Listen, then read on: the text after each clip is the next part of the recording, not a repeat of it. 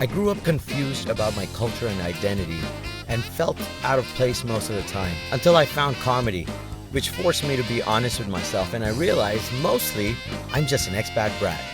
Welcome to my show. I'm Salman Qureshi. All right, people. I've freshly recovered from a thunderstorm, and we're going into spring officially. Isn't that what it's supposed to be between like this time between April and June, July? I grew up without really knowing what spring was. I mean, obviously I heard of it. I heard about the four seasons, but when you grow up in the Middle East, there's just one season. It's summer. And well, actually maybe two. There was summer and then like lesser summer. There was a bit of a winter, I suppose. So maybe three seasons. I don't know. But spring and fall were just like these unique concepts. And I thought they were something that Americans have, just like McDonald's.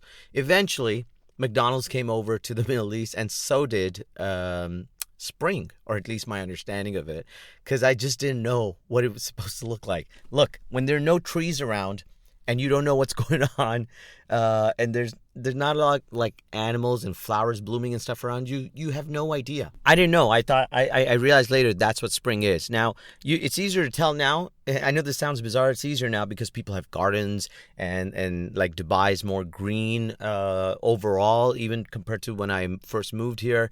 And so you see different things happening and you're like, yeah, spring, flowers blooming. And all I had back then was date palm trees, and they don't really go through seasons as much. Maybe they have like dates come out at some point. I should have known. I didn't even know spring and fall were two different things until, like, I did, but it just never made sense, right? So now it does, and it's supposed to be spring, but temperature-wise, it already is starting to feel like summer. So, forgive me for not getting seasons, all right? Don't judge me so much. Anyway, life is good. Hey, let's start off with a big win. My family has a new addition. It's a little baby boy. My youngest brother just had him, obviously with his wife, because how else? We're still not at that stage where we're producing them by test tubes. Or are we? I keep forgetting. When they say designer baby, I'm not sure what's happening there with celebrities, but someday, maybe if I'm rich enough, I might have one, and then I'll tell you guys about it. I'll tell you the inside secrets of what's going on with that stuff. But for now, we had a baby in the family, and he's so cute. His name, they've named him Isaiah, and I just between us, I've forgotten what it means. All right, he's told me a couple of times, and I forget where he got it from. And I think it was like a lot of debate over the name. As responsible brown siblings, my sister and I really tried imposing what name they should go with, but they finally decided on that. And I think that's why I tuned out. I mean, don't get me wrong, I like the name, but because I didn't get to choose it. I mean, why should the parents get to choose it, right? You married into the family, sir. And I know my brother doesn't listen to my podcast, so it doesn't matter that I've forgotten the meaning.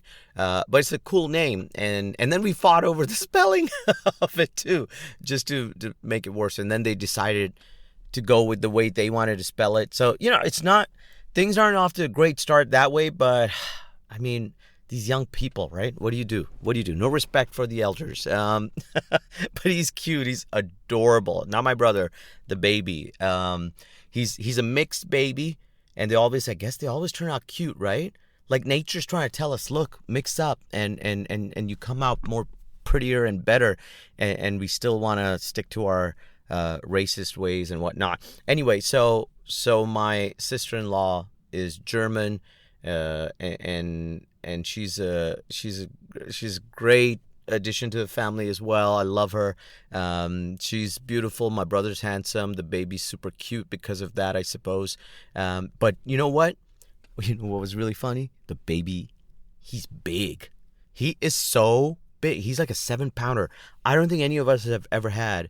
This is nice because all my siblings were 5. We all now have kids. We all had late babies. So my youngest brother just about joined us now, pretty late in the game. But oh my God, none of us have had a baby that big, man.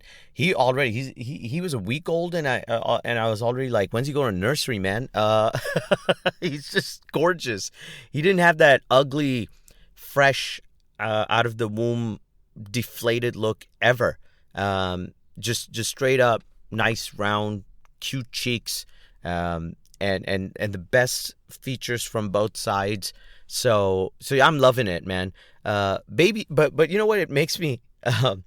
It's not that long ago. It's been 5 years since my kid, and I already was like forgetting things about what to do with babies and the care you need for them and how small. I know he's a big baby, but he's still really small and light compared to my little bugger, who still likes to be picked up and walked around, and it's breaking my back. But anyway, different story. My sister, she's got a knack for it. She just remembers everything. She's at 3, so it's more embedded in her. But she's just great at it. Meanwhile, I'm like, yeah, they do have milk a lot. And my brothers, it's really nice to see my younger one, just being a father. It's funny seeing your siblings become dads and or mothers and just going, shit, I know what this guy was up to. Should we allow him to have a kid? But you know what I love most is just when they're new, when it's your sibling's brother, you have the same love for them as you would for your own child. And what I really love is getting to pick him up and hold him and like just make him tickle and laugh a little bit and just make him smile, and then hand him back over to his parents and go home and sleep in peace. Oh my God, I love that stuff. I do not need to go through this baby stuff again. It's much harder than I remember. Oh God. But yeah, that's a win, man. It's happy times in the family. My loser moment of the week is, well, it's longer than a week now. I've been watching reruns of Suit. And look, rarely do I go back and watch reruns of things. But I don't know whether it's I just can't find great shows right now or nothing really appeals to me. But I've gone to Suits, back to Suits like 3 or 4 times now. And I'm already on season 5. I'm binging it again. But what I like is that I know it's going through a resurgence or went through it last year, maybe because it was fresh on Netflix. It's interesting to me because I loved the show when it first came out and not as many friends or family had watched it. But it's great. One of the things I found interesting was that watching it this time, like I was team Mike more early on, at least the first time I watched it, and I've never finished it. I've never watched the last season because Mike leaves, and then I kind of lost interest. But now when I rewatch it, I'm like, Mike's such a whiner. Every time something comes up, he's just like, my parents died in the car accident, so I want to make them pay for this. And I'm like, I get it, but I'm also like, oh, God, shut up, man. Like, move on, man. It sounds horrible when I say it. I've kind of swung more strongly towards Team Harvey now. I'm just like, yeah, he's the man.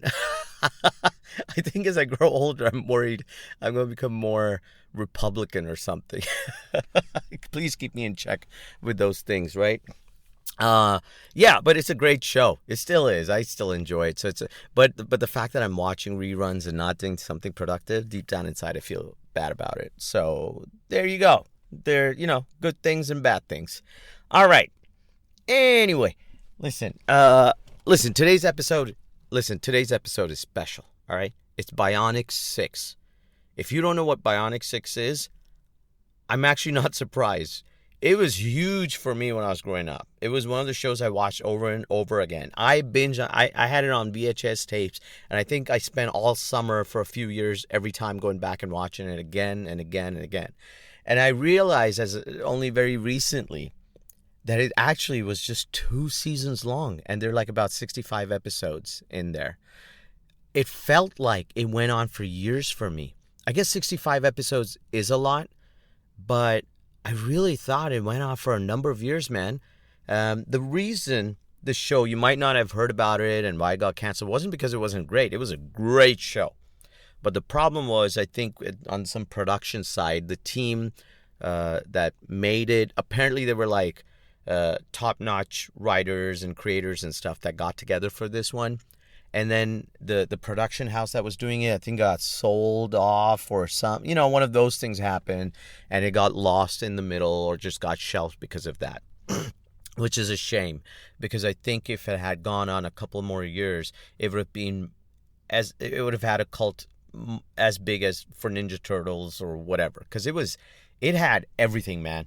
Look, if you haven't watched it, I'll tell you, right? It's about a family of 6 people, Bionic 6, and I think it's one of the reasons I resonated with it a lot is because we were a family of 7, a bunch of siblings, and so they were 4 siblings and we were 5, and just kind of like I felt like we were there. We were part of this. We were Bionic 7, 6. You get what I mean, right? So it was quite relatable that way. And then the story was really cool. It was the dad starts off. Look, so there's this Professor Sharp who runs, I think it was called the special science unit, something like that, some lab, special units lab. It doesn't matter. He creates these bionic creations and energy, and he researches all that kind of stuff. And then the dad, he becomes Bionic 1, so he's kind of like secretly, I think that only the mom knows, and he's secretly like saving the world while pretending to work, the whole Superman stuff. But it's pretty cool. And then this incident happens, and all the family has to be infused with the bionic powers because otherwise they'll die, had to do it. And so now they all become like characters in this thing, and they fight evil as a family, which is really cool. And they have cool names and cool costumes. And the way they turn into like the Bionic 6 was always cool. just check this sound clip out.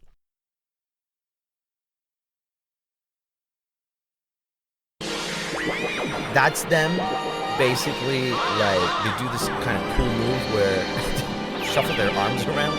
You gotta go online and watch it.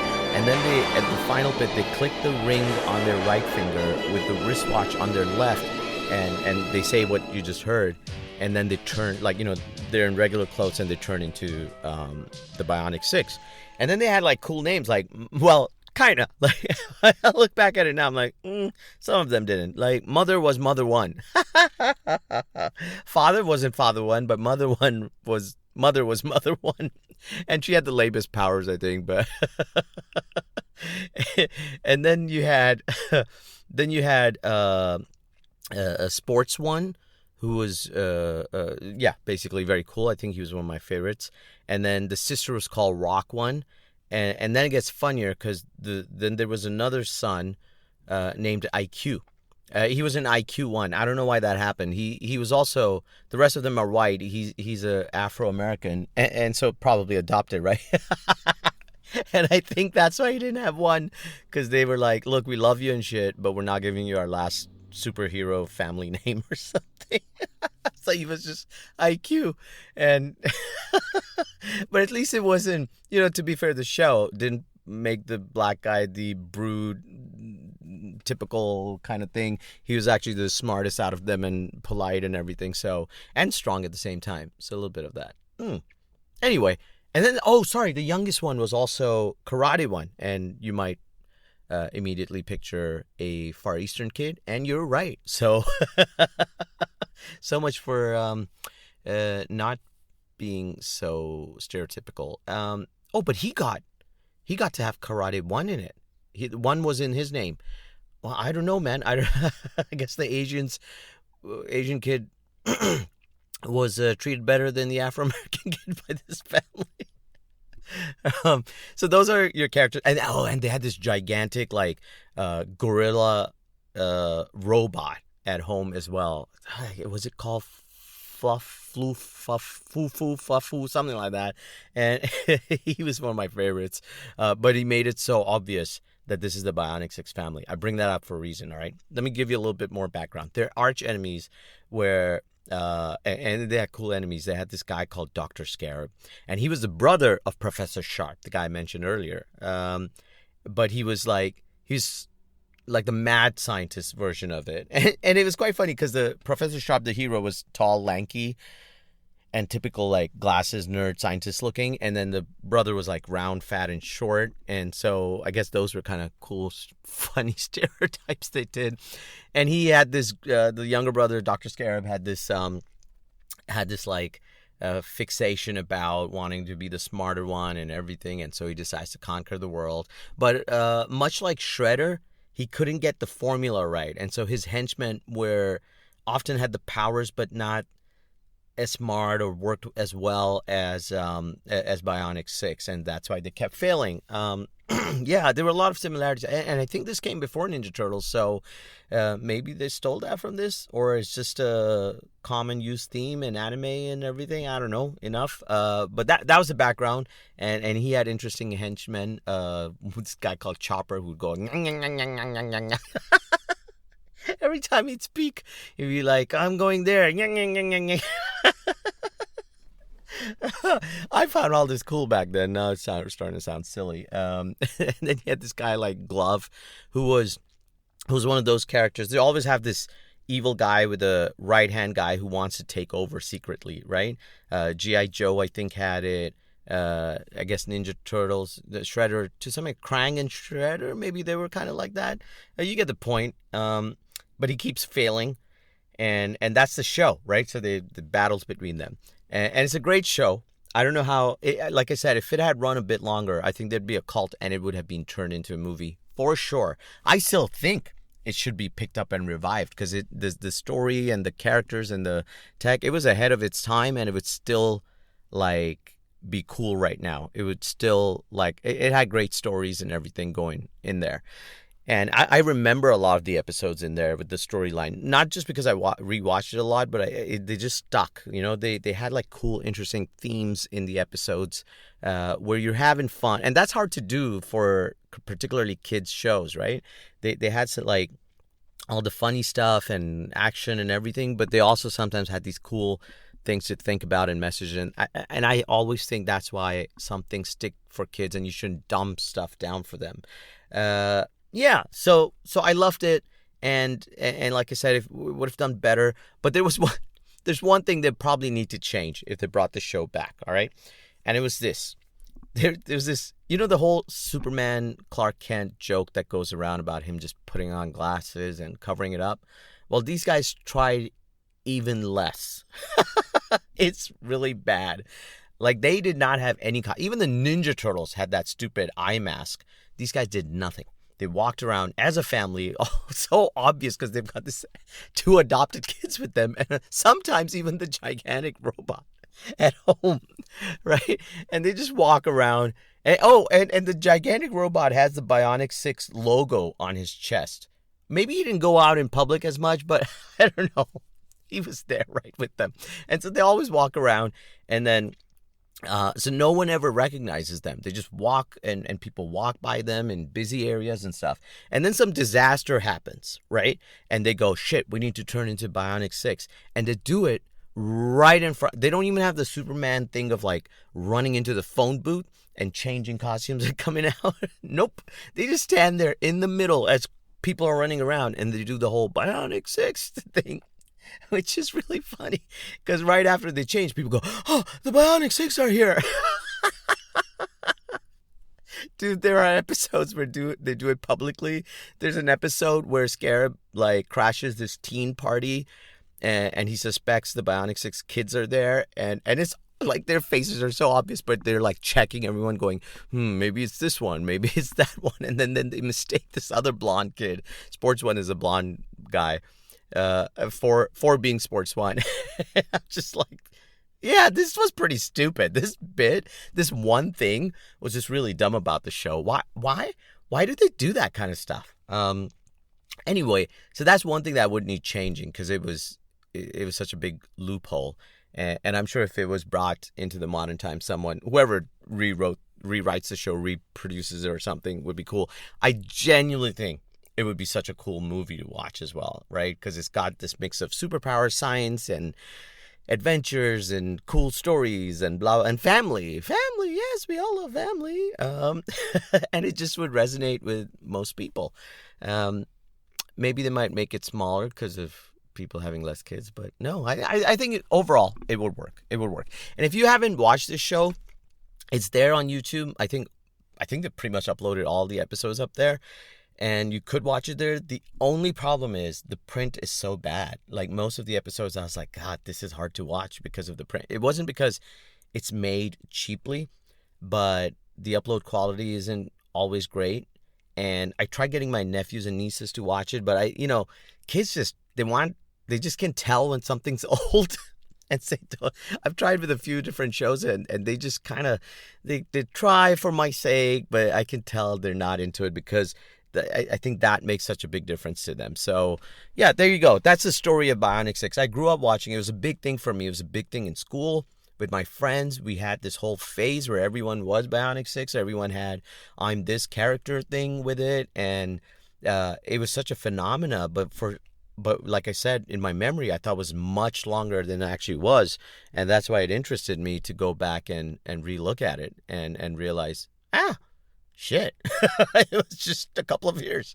I did have action figures and stuff. Anyway, if you're listening to this, watch it. If you're a producer or linked to someone, tell them to start an online petition, get this show back on, man. I would love to watch. You have at least one customer who'll buy a cinema ticket. And maybe that's not good reason to spend a few $1,000,000 on something, but I hope at some point, while I can still see things and go to cinemas and stuff like that, it comes out. Yeah, I hope you enjoyed this little intro to Bionic 6, man. One of my favorites from kids. If you're a golf kid, I'm pretty sure you watched it because we didn't have anything else to do back then. Anyway, all right. And of course, I've been enjoying my stand-up comedy. I go through these phases where I love it. I just got asked again, so I'm gonna talk about this. I get asked all the time. This one question that people do with stand-up, it's how do you come up with the material? What do you do? And I think people have these fixations either of like you're just coming up with stuff on the spot. That's not true.